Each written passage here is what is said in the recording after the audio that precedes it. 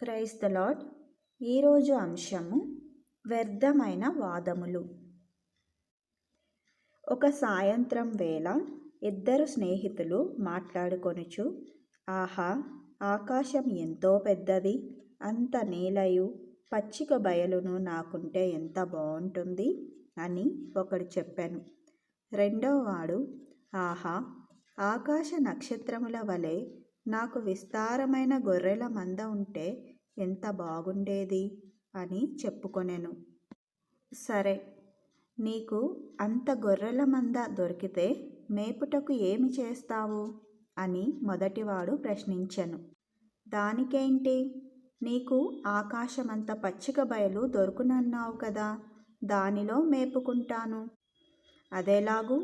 నా పచ్చిక బయలులో ఒక్క గొర్రెను కూడా అనుమతించను. అలాగు వచ్చిన ఎడల కాళ్ళు విరగగొట్టెదను. అంతే సంగతి. ఇద్దరి మధ్యలో పెద్ద తగాదా జరిగెను.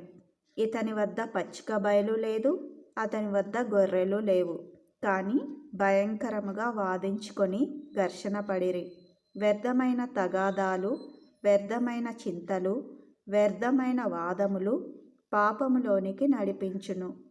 అపోస్తలుడైన పౌలు ఇలాగు రాసెను, కక్ష చేతనైనను వృధాతిశయము చేతనైనను ఏమియూ చేయక వినయమైన మనస్సు గలవారై ఒకనినొకడు తనకంటే యోగ్యుడని ఎంచుకొనుడి. ఫిలిప్పీలకు 2వ అధ్యాయము 3వ వచనం. క్రీస్తు యేసునకు కలిగిన ఈ మనస్సు మీరును కలిగియుండుడి. ఫిలిప్పీలకు 2వ అధ్యాయము 5వ వచనం.